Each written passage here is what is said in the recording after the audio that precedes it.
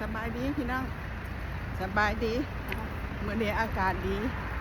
มาย่างออกมาย่า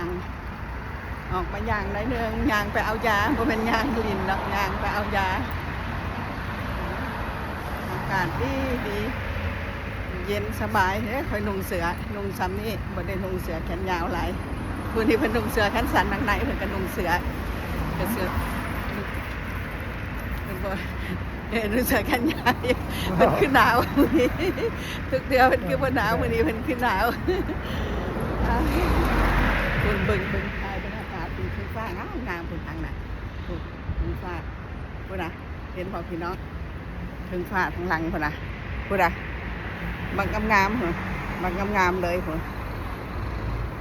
งามขนาด4 โมงแลงเบิ่งดูนี่ใกล้เสียนั่นละ4 โมงแลงแล้วใกล้สิมืดละงานต่อไปงานพุ่นละงานจนไปฮอดพุ่นละเป็นน่ะ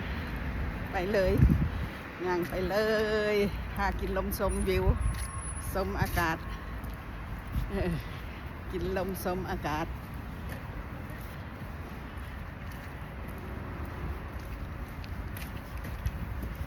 กินลมชมอากาศไปนำการอากาศเย็นๆย่างลินยามแรงยาม4 โมงแรงนั่นเองนะคุณ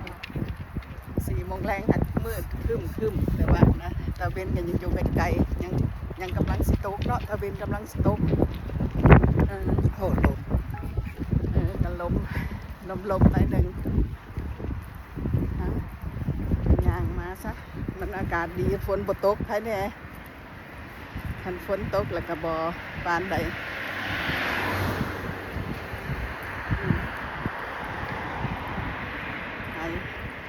ให้บางครั้งในกล้องอันนี้กล้องนี่ปีนบ่ได้ค่ะบ่แม่นไล่สดคันถ่ายวิดีโอล่ะปีนบ่ได้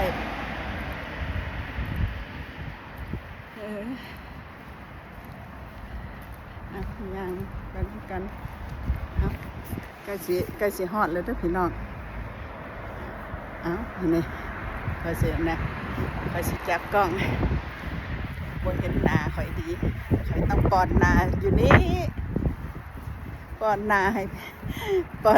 อยู่นี่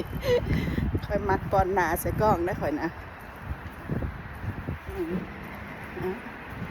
เบิ่งไปน้ำกันพุ่นนะดินฟ้าอากาศพุ่นเบิ่งเด้อพุ่นถ่ายเบิ่งฟ้าให้เบิ่งพุ่นงามบ่พุ่นนะอยู่ไกลๆหันแห้งงามพุ่น